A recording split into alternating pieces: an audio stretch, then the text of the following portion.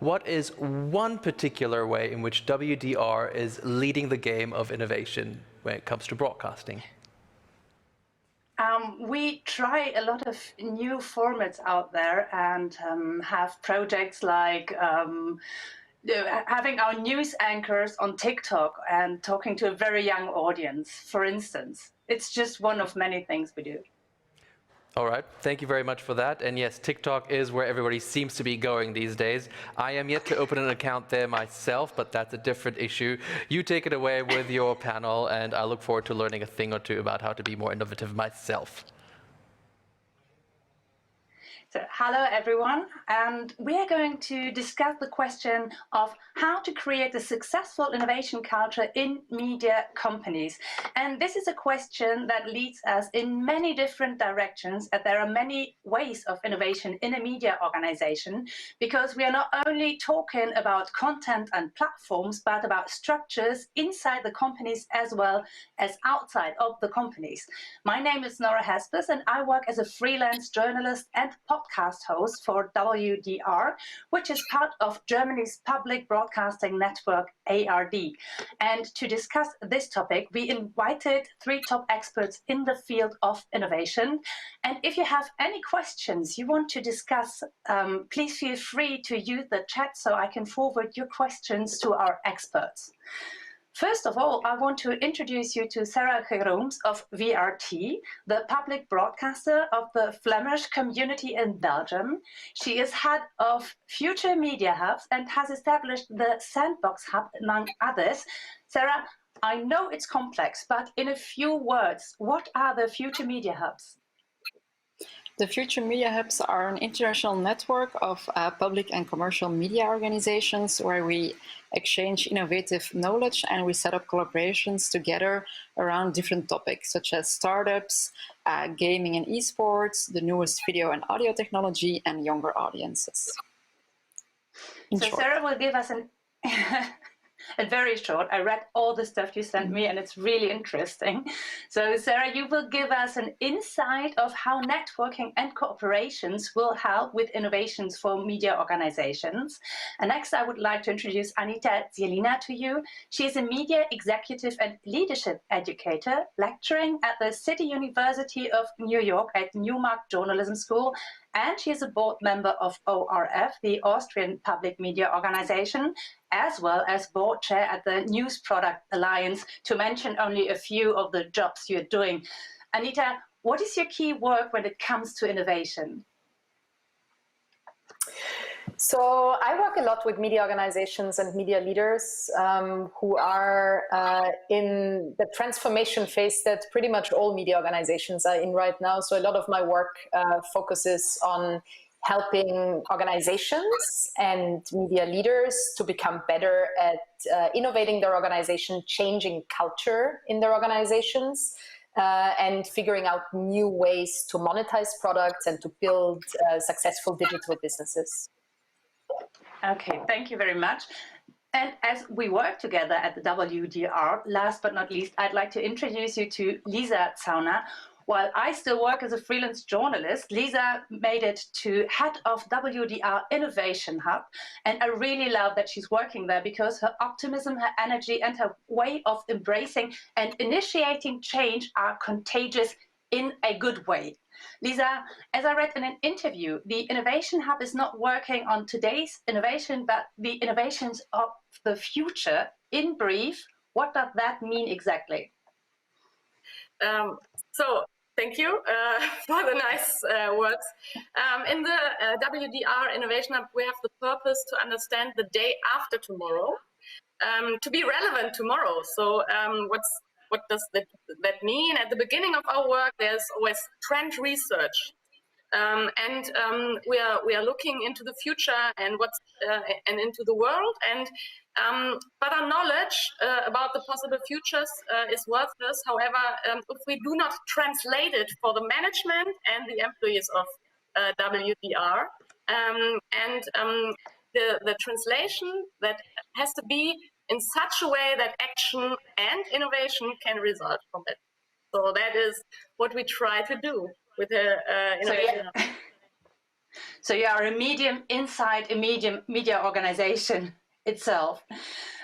Innovation has become a buzzword for like everything in media. So whatever you create, the question is, how innovative is it? But what is innovation in the field of media? When do you call something innovative? Who wants first? Sarah. Yeah, it's like you said, it's such a broad word. What I try to think of first is what kind of innovation are we talking about? Is it product innovation, service innovation, model innovation, and so on? We only work on the first two. For example, as a product innovation, we are now building a new audio on-demand platform, or as a service innovation, we're more working on an interaction tools for our users. And then the second thing to keep in mind, I think, is that you need to think about the expectations that your company has from the innovation department. And this can be very conflicting. Is it more about a make or buy exploration? For example, will you build something yourself or will you collaborate with a vendor? Is it more about troubleshooting and really improving some existing workflows? Or will you look into the future and do some research? Or will you do more some kind of winning the lottery projects, things you otherwise would never be able to do? I think for us at VRT, it's all about facilitating and accelerating innovation within our company. And we do this by challenging our internal teams, as well as by really building connections with them and teaming up. And obviously based on our own strategy, the different roadmaps, trend reports, and of course also our governmental agreement. And then maybe lastly, if I may, there are for me some key elements in media innovation that are very important. There are 5. The first one is really the right team and the right mindset. And then obviously also a good focus, that's important. And then you need to invest in a cross-border network, because collaboration is key in my opinion. And then also to make sure that you have different innovation mechanisms to be able to really respond to the needs of your company. And the last one, for me, that is very important, is to invest really in getting some funding from, for example, European, or in my case, Flemish governmental money. So that's how I see innovation. Lisa, I mentioned before that our news anchors from Tagesschau are on TikTok and talking to a very young audience. Is that something you would call innovative? I mean, the platform was there before. I think innovation is always a thing of perspective. Because if we are doing it for the first time, for us, it is innovative. Yeah. But we try with the Innovation Hub, we try to be that step further and try to have a look in the future and see, okay, what's there in about 2 years? How will the users in 2 years use media? And then go into ideations with the employees and do the stuff and be that step further. So I think it's both innovation and it's always the perspective. Anita, how would you define an innovation in the field you are working in? So one thing that I'm actually getting a bit tired of, and it's funny that I'm saying that on a panel that's focused on innovation, is the overused term of innovation in media, and the focus of the term on product innovation. So I do see quite a lot of companies who believe that just by throwing new digital things out there, that they kind of can, check the marks of successful innovation, with, not focusing on process innovation. How do we work together? How do we structure the organization? How do workflows have to change? And culture innovation. How do we train people? How do we develop people? How do we want to build a culture of collaboration, a culture of feedback? So I do feel that as an industry, what I'm trying to push for here with my team at the organizations we work with, and the teams we work with, is to focus innovation more on the process, the culture, the leadership part, rather than the product part. The product part is, and that might sound counterintuitive, but the product part is the easiest. It's not terribly hard to install an innovation process, user-centered design process around products. And one thing that worries me a bit is that, I see a lot of innovation teams in media organizations purely focused on that product side of things, a lot of labs or innovation teams focusing on that and disregarding the importance of culture change and cultural transformation. What usually happens with that is that you basically throw a lot of spaghetti at the wall and hope that something sticks, which is fine, but you're not having sustainable impact because you're actually not transforming the core of the organizational culture per se. So why do broadcasters have to be innovative in the first place? I mean, radio and TV are still around. Every broadcaster has a website, a bunch of social media channels, not to forget podcasts. Isn't that just fine? Why do we have to innovate? I can, if you want. I think that the media landscape is changing so rapidly. So if we want to keep up, and even if we want to gain some speed, then we must be innovative, and then we must be with our brands on the new platforms where, for example, our younger audiences are. So it's just, for me, it's just a matter of surviving. And I would just build on that. Oh, just go ahead. No, I would just build on that and say, I wouldn't even call that innovation necessarily. It's just adapting to changing user behaviors on a continuous basis. I feel that is like the core of being in an industry that is permanently transforming, and the core of being in an industry that's very tech reliant and connected to technologies is to constantly adapt to these new technologies. If you'd ask an Apple engineer, is that iOS update you do pretty much every day, is that innovation? They'd probably be like, that's not really innovation, right? That's maintenance. That's maintenance that's necessary to stay relevant with kind of changing technologies. So I think that's not even negotiable what we're talking about here. The question is, aside from that, like maintenance innovation, how disruptive can and should media organizations be, and how big should the moonshots be when we think about disruptive innovation and out-of-the-box innovation? Lisa. Yes, you told most of it, but I always at WDR I speak of transparent ambidexterity. I had to look that word up. So you have on the one hand you have the maintenance, what you just said, Anita, the operation, and need enough resources for that, and on the other hand the space and also the money to make new things, and that has to be so transparent that all the employees and the management, and so that's the cultural aspect then. So at that point, you can't see innovation as like only product based. It's the whole thing. So it's everywhere, but it's the. I think we shouldn't use the word for it, because it's we have to be where the users are and will be. So that's our job. So easy. So what would you say, what drives innovation? Is it platforms, or is it maybe a cultural change? We have a lot of cultural change going on at the moment. We have a lot of cultural discussions about diversity, Black Lives Matter, feminism. What drives the change, the cultural change inside media organizations at the moment? What would you say? I can start at that one. I think it has to be from bottom up and top down. So and there are other things from bottom up. There are other things to do than from top down. But you have to do both.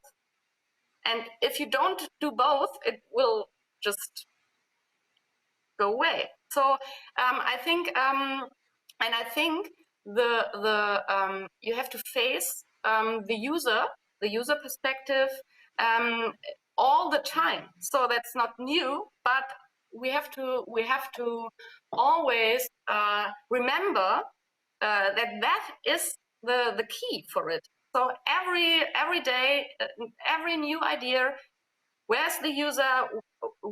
How will we reach them? How will we have the trust and so on? All these things we want to do with them. We have to have that in focus all the time. I think that's the key.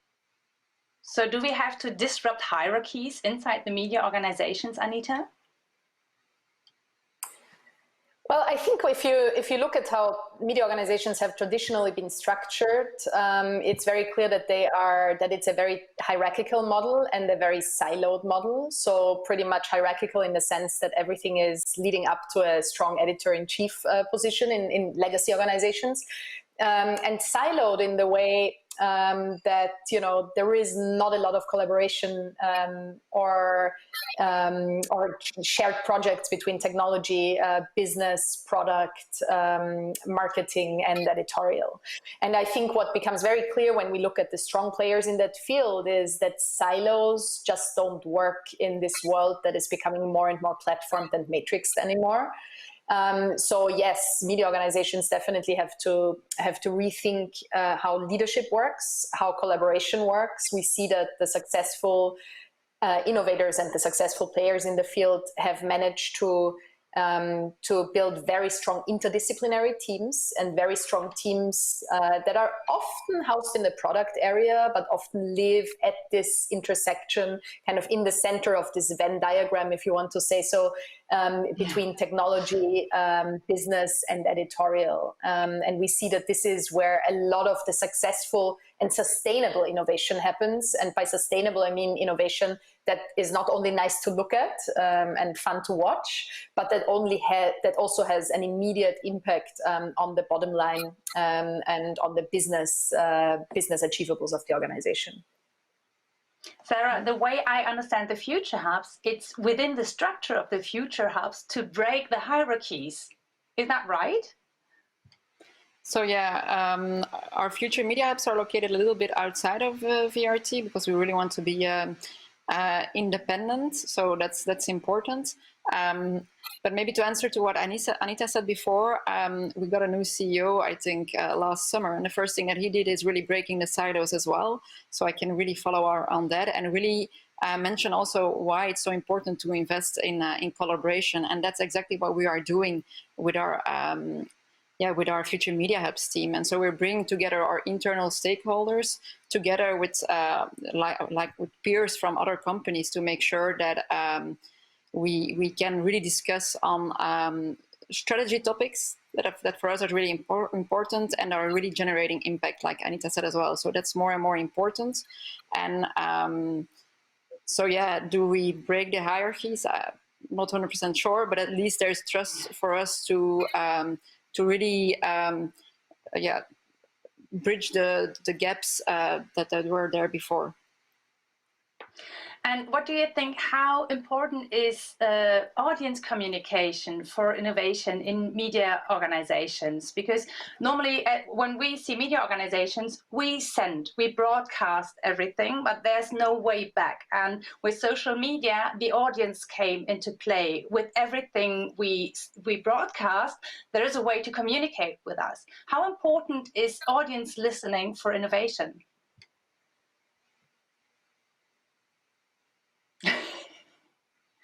Lisa, you're nodding your head. Yeah, yes. You said it. Innovation is not only produced, it's also constantly developed further together. How can this be done if there's no dialogue with the people for whom it is made? So the answer is easy. I think it's the most important thing.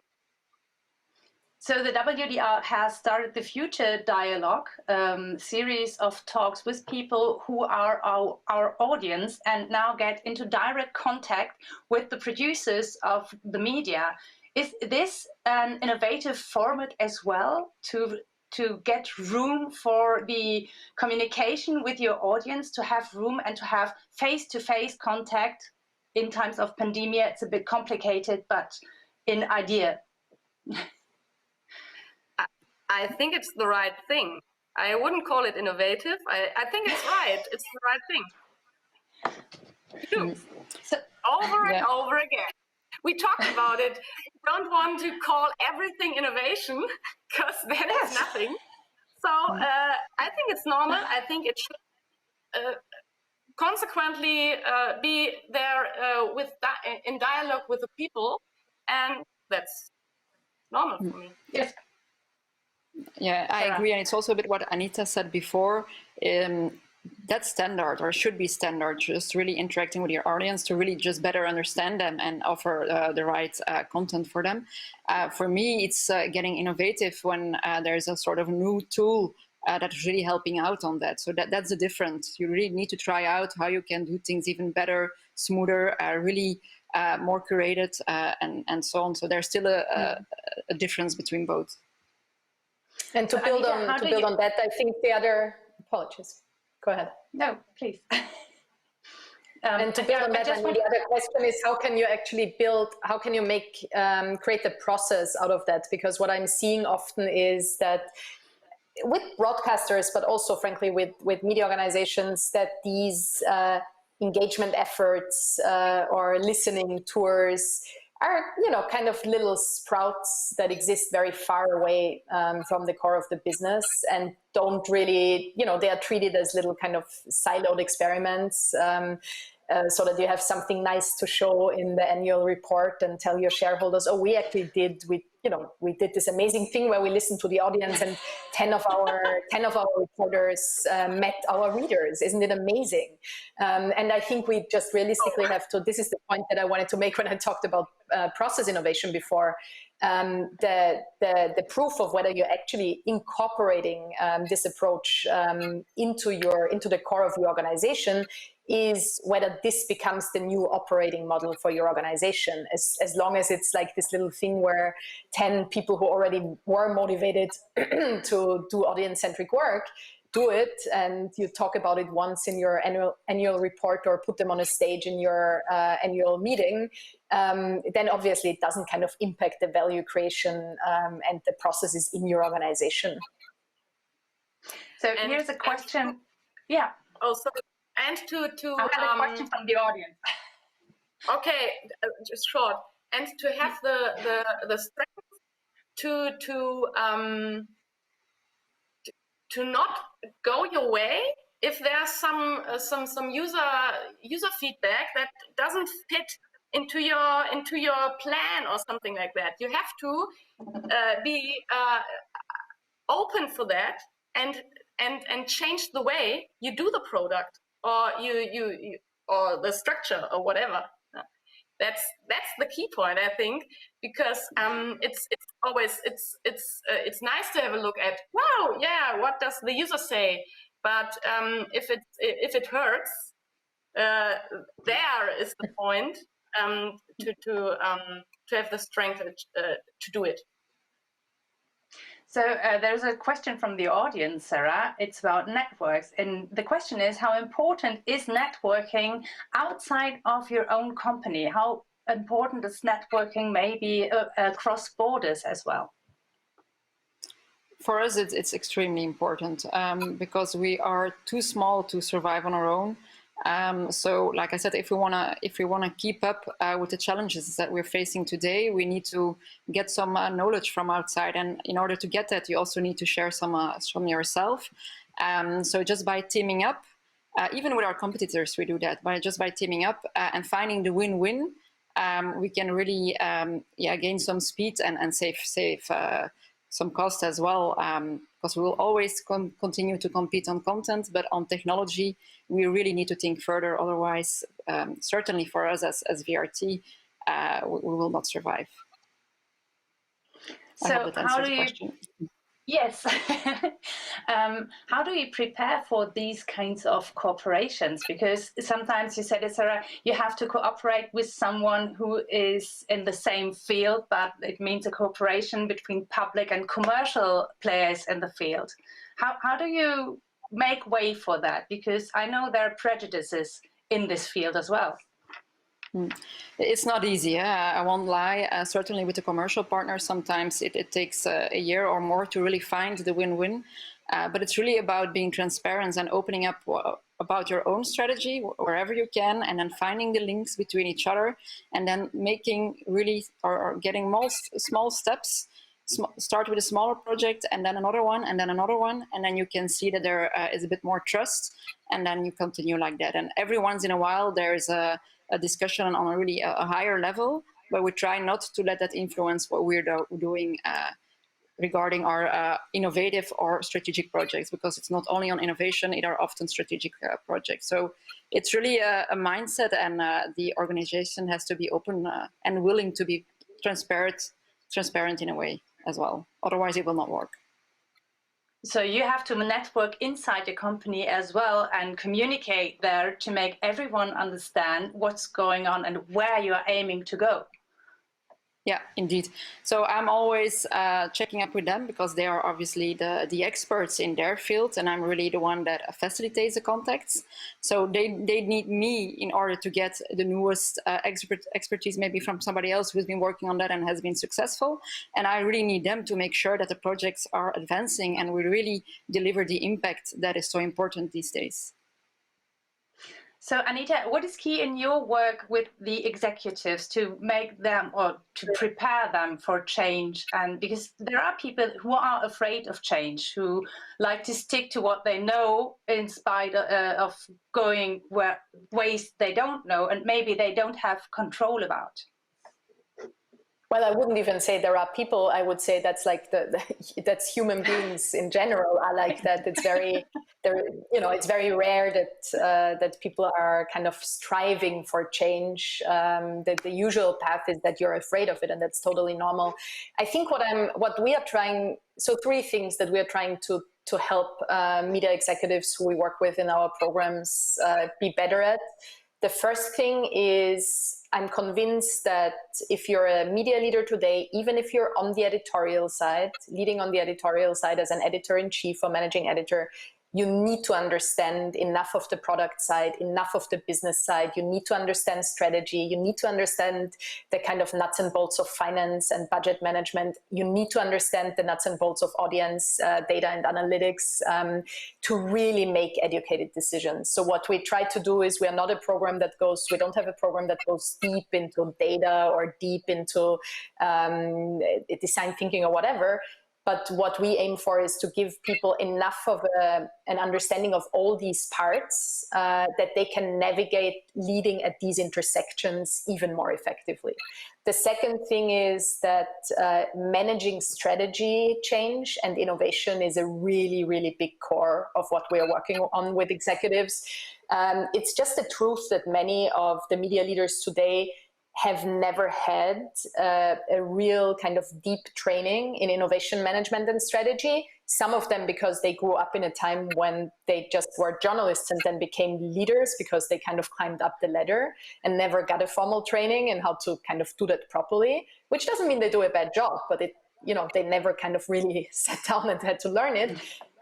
Or they are just came up on the digital side and kind of made a quick career, but now kind of reach a point where they're like, how do I actually properly do that? I was kind of faking it till I'm making it, if that makes sense. But I need someone to kind of give me the proper frameworks. And then the third thing is really collaboration. I think one of the things where it becomes important to not just kind of stay in your own organization and innovate and think there is the surprising thing is, every organization I work with, the colleagues from the Financial Times, Der Spiegel, Finnish public broadcaster, or South African media startups, everyone is working on the same issues. The question of how to monetize, how to become more user-centric, how to use product thinking to change your processes, how to drive change and persuade people to actually accept that change. That is universal. So one of the amazing things is if you bring people together in a trusted space under Chatham House rules and kind of create the space where people can actually, without fear, collaborate and share with people from other organizations, it's really magic, because suddenly, everyone realizes, wow, we're all working on the same things, friends.